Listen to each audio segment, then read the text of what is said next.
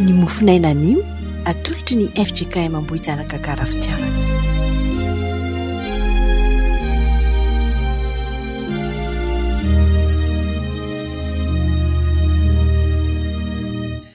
Faly miarabantsika indray nahatratra ity talata 7 ny volana aprily 2024 ny fiadanan'i Jesosy ho amintsika tsirairay. Milohan'ny hamakina sy hitoriana ny hafatra avy amin'ny tenin'Andriamanitra anio dia hiaraka iombom-bavaka isika. Ry Andriamanitra, Ray Zanaka, Fanahy Masino, misaotra anao izahay raha mbola nomenao izao tombona androm-pahavelomana izao indray, nataonao tsy diso anjara ny amin'ny teninao anio. Misaotra, midera, mankalaza ary manome voninahitra ny anaranao masina satria mendrika ho anao izany ary tokony ho ataonay. Mangataka indray izahay mba amindranao fo satria tsy tanteraka ka raha sitrakao dia diovy amin'ny rahan'i Jesosy ka ho vita fihavanana aminao indray satria raha misaraka aminao izay tompo dia tsy mahefa na inona na inona. Koa mety aiza ianao mba amenao anay tsirairay ny fanahinao masina mba hahafahanay mandray ny teninao araka ny hevitrao ary koa hahafahanay indray miaina izany teninao izany hoentinay mamakivaky ny andro sisa mbola omenao anay.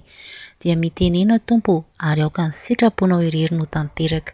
Amin'ny anaranao Jesosy no angatahana izany vavaka izany. Amen. Ny mofinaina voalahatra ho antsika androany dia ny Romanina 9:15-17. Ovakiana amin'ny anaran'i Jesosy. Ary raha niara-maty tamin'i Kristy isika dia mino fa hiara-belona aminy koa isika. Ary fantatsika fa rehefa nitsangana tamin'ny maty Kristy dia tsy manty intsony izy, tsy manan-kery amin'ny intsony ny fahafatesana, fa ny amin'ny nahafatesany dia maty ny amin'ny ota indray mandeha izy, fa ny amin'ny hahavelomany kosa dia velona ho an'Andriamanitra izy. Ary aoka ho tahaka izany koa ianareo, ka ny tenanareo dia ataovy efa maty ny amin'ny ota, fa velona ho an'Andriamanitra ao amin'ny Kristy Jesosy.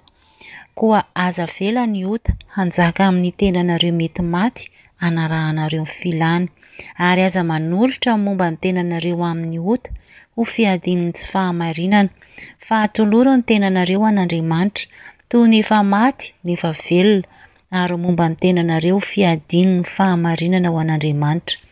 Fa ny ota tsy hanan-kery aminareo, fa tsy mba ambany lalàna ianareo fa ambany fahasoavana.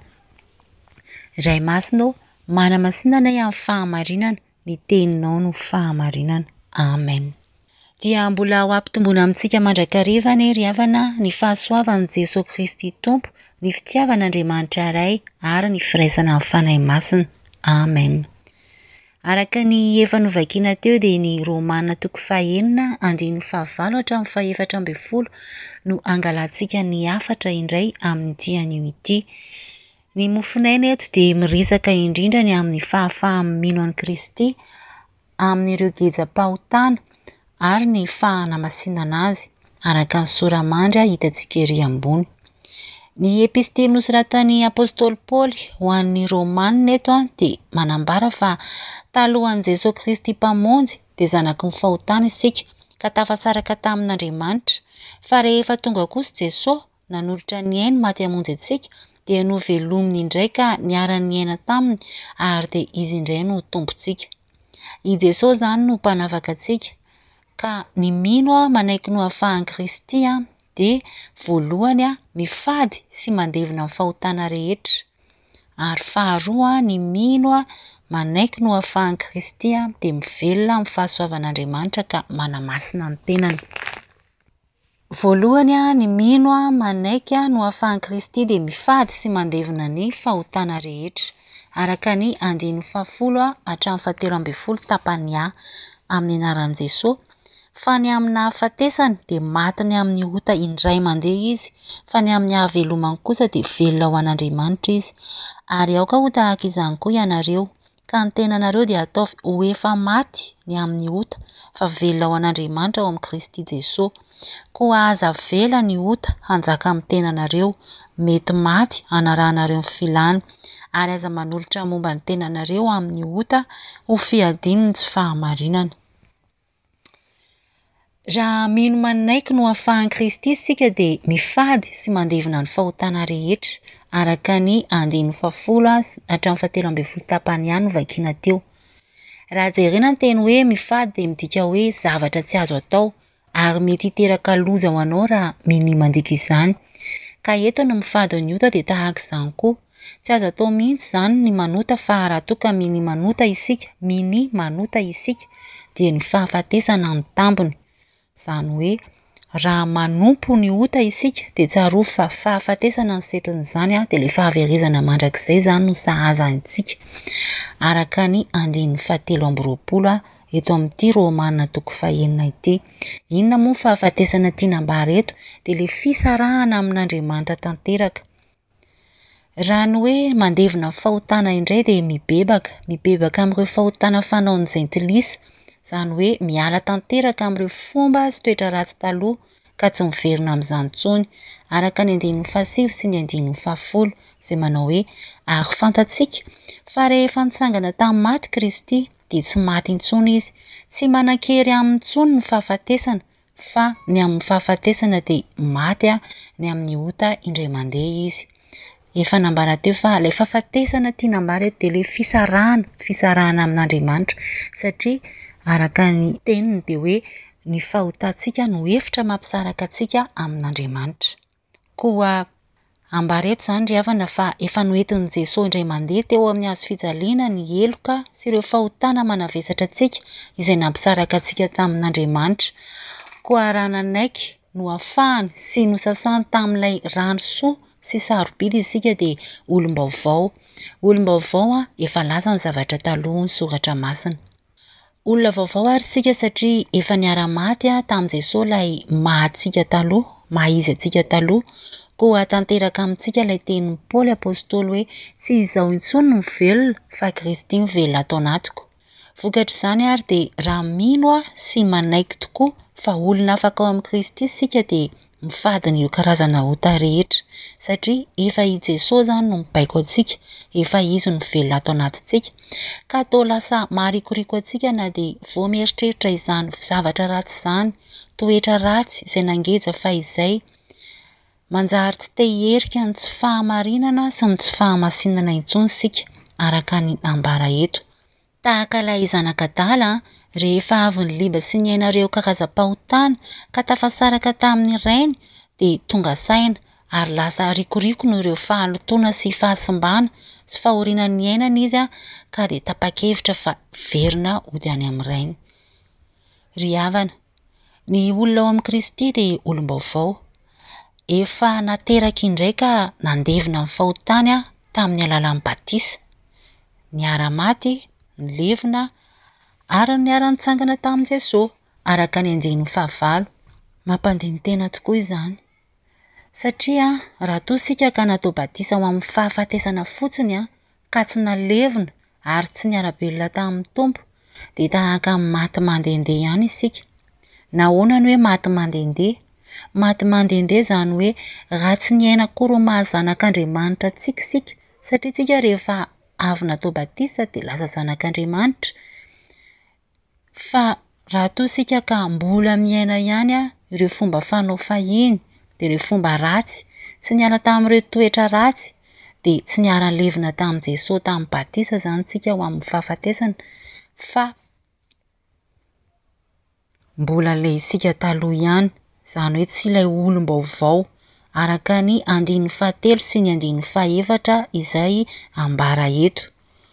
Koa mitaona antsika indray ny tenin'Andriamanitra eto ry havana mba tena ho fiainantsika tokoa ilay batisa natao antsika fa tsy fomba ivelany ihany. Eny, tombo-kase iny amin'ny mahazanak'Andriamanitra hita maso fa nefa kosa natao mba tena hiainantsika eo amin'ny fiainantsika, mba hampiavaka antsika amin'ny hafa. Koa meteza ary ino ary mangatama-mandrakariva amin'ny Jesosy mba hampitombo ilay finoana ao anaty satria ny herin'Andriamanitra irery no ahafahantsika manantanteraka izany amin'ny alalan'ilay fanahy masina ampitoeriny ao anatintsika. Faharoa ry havana, raha mino sy manaiky fa no ahafahan'i Kristy isika dia mivelona amin'ny fahasoavan'Andriamanitra ka manamasina ny tena Ny 17 tapany bia sy ny 7 no ahitantsika izany. Fahatoloro ny tenanareo an'Andriamanitra, toy ny efa maty nefa velona, ary momba ny tenanareo ho fiadiny ny fahamarinana ho an'Andriamanitra. Fa ny ota tsy hanan-kery aminareo, fa tsy mba ambany lalàna ianareo fa ambany fahasoavana. Araka ny nambara teo dia hoe Jesosy izany no ekentsika ho tompo sy mpamonjy, dia raisin'Andriamanitra tanteraka ny fiainantsika, ary manomboka eo dia Kristy no antony hahavelomana. Tsy handevo ny onta intsony izany sika, fa efa Andriamanitra ny tompontsika, ka izay sitrapony indray no tanterahana. Tahaka an' Jesosy izay nanantanteraka ny asa izay nampanaovan'Andriamanitra iray azy, ka na dia nijaly sy nahatsiaro nangidy taminy aza ilay asa-pamonjena farany, dia ny famonjenantsika dia nanaiky hatramin'ny farany izy hatramin'ny fahafatesana. Araka ny Matteo 20:22 izay manao hoe: "Ho Jesosy, raiko, raha tsy azo esorina ity fa tsy maintsy sotroiko dia aoka ny sitraponao natao." Tsy midika akory ry havana fa rehefa miaraka amin'Andriamanitra sy manompo azy sika kristianina dia hoe mijaly, fadiran'ovana, na voafefe be amin'izay rehetra atao, hoe tokony manao an'ity na tsy manao an'ity.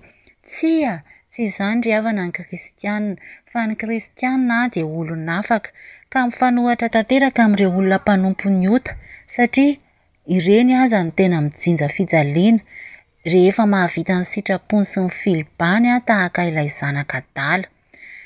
Eo koa ohatra raha itsika mandeha manao izay danin'ny kibontsika, manao filan'ny nofo rehetra, dia tsaroa fa tsy maintsy hijinja isika ny fahavoazana terak'izany. Eo ny fanimbana ny tena, fa indrindra ihany koa ny fanimbana ny fanahy. Izany hoe tsy hisy tombotsoa antsika izany ny fanarahana izany filan'ny nofo izany, fa loza no aterak'izany. Ny kristianina mivela amin'ny fahasoavan'Andriamanitra nefa dia manana ilay fahafahana ao amin'ny Kristy, ka manatsafidy malalaka izy, ary noho ilay fanahy masina mitoetra ao anatiny dia tsy te hiverina amin'izany fahotana izany intsony izy, satria fantany fa tsy mahasoa azy izany fa fanimbana-tena sy fanahy. Izany hoe raha toa isika ilay kristianina manaiky no ahafahan'i Kristy, ilay olona afaka ao amin'ny Kristy, dia tsarovy fa isika dia tsy isan'ireo izay hoe mahatsiaro fa voafatopatotra amin'ny maha-kristianina antsika, satria isika dia olona afaka, ary nomen'Andriamanitra safidy malalaka isika manoloana ny fiainana. Ka ilay fanahy masina ao anatintsika no manolo-tsainantsika amin'izay tokony ataontsika manoloana ny tsara sy ny ratsy. Araka ny Korintianina 2:17 manao hoe: "Ny zavatra rehetra azo atao, nefa tsy ny zavatra rehetra no mahasoa. Ny zavatra rehetra azo atao, nefa tsy ny zavatra rehetra no mampandroso."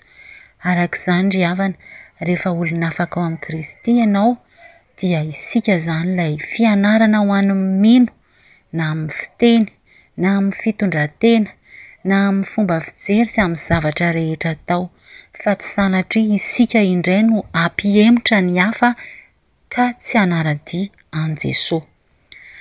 Rehefa miaina amin'ny tenin'Andriamanitra ary sika dia mijinja fifaliana, fitiavana, ary miaina amin'ny fiadanana, ka na mandalo fisedrana sy zavatsarotra azy eo amin'ny fiainana dia miavaka satria masina, manana fahatonian-tsaina sy fahatoniam-panahy eo ampiatrehana ny olana, ary indrindra olo ny fanantenana, satria manana an' Jesosy Kristy ilay mpandresy sy efa nandresy izao tontolo izao. Ka iteny tahaka an'i Paoly manao hoe: "Voageja manodidina izahay nefa tsy tery, very hevitra nefa tsy mamoy fo, enjehina nefa tsy nafoy, potraka nefa tsy maty." Ry hava-malala ao amin'ny Tompo, mitaona antsika indray ary ny tenin'Andriamanitra anio andevina ireo otantsika, ireo fomba tsy mifanaraka amin'ny sitrapony, fa mampirisika kosa hiaina isan'andro ilay sitrapon'Andriamanitra dia ilay soratra masina irery ihany, mba hananantsika ilay tena fahafahana marina, dia ilay fahafahana ao amin'ny Jesosy Kristy, satria hoy Jesosy: "Raha i Kristy no hanafaka dia ho afaka tokoa isika. Ho an'Andriamanitra irery ny voninahitra, ho antsika izay nandre ny teny kosa ny fiadanana. Amen.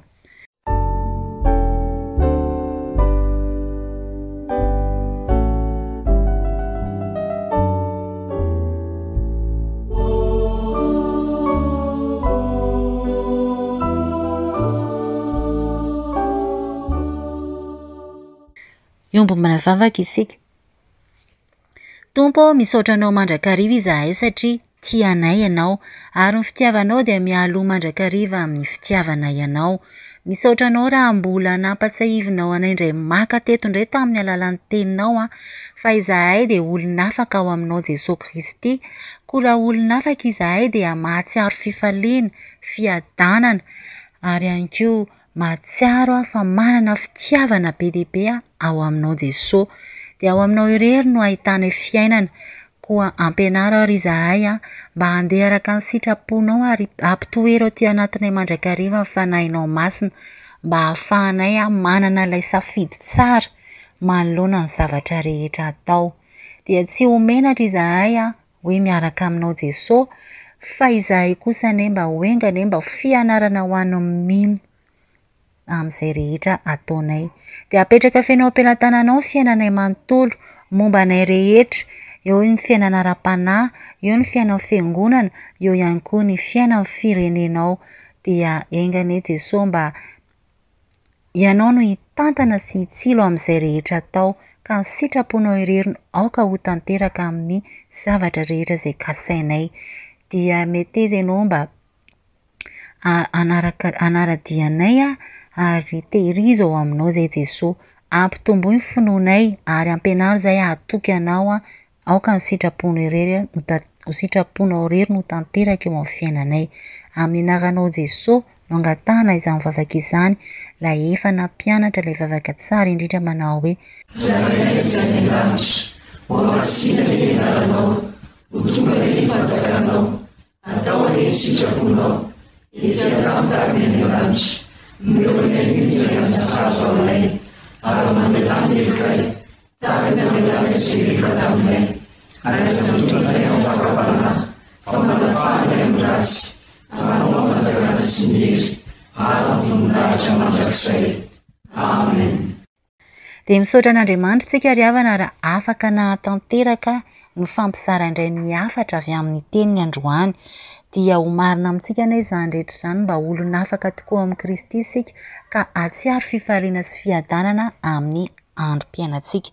Dia hamarana amin'ny fotoantsika ka ho marina amintsika ny tsodrano izay tononona amin'ny anaran'i Jesosy manao hoe ary Andriamanitra ny fiadanana izay nitondra an'i Jesosy tompontsika mpiandro lehibe hiala amin'ny maty, mitondra andrano ny fanekena mandrakizay, izy ane hahatanteraka anareo amin'ny tsara rehetra, hanao ny sitrapony, ka hiasa ao anatinareo izay ankasitrahana. Eo imasony amin'ny alalan'i Jesosy Kristy, ho azy ane ny voninahitra mandrakizay. Amen. Dia ho an'Andriamanitra irery ny voninahitra. Amin'ny anaran'ny Ray sy ny Zanaka ary ny Fanahy Masina.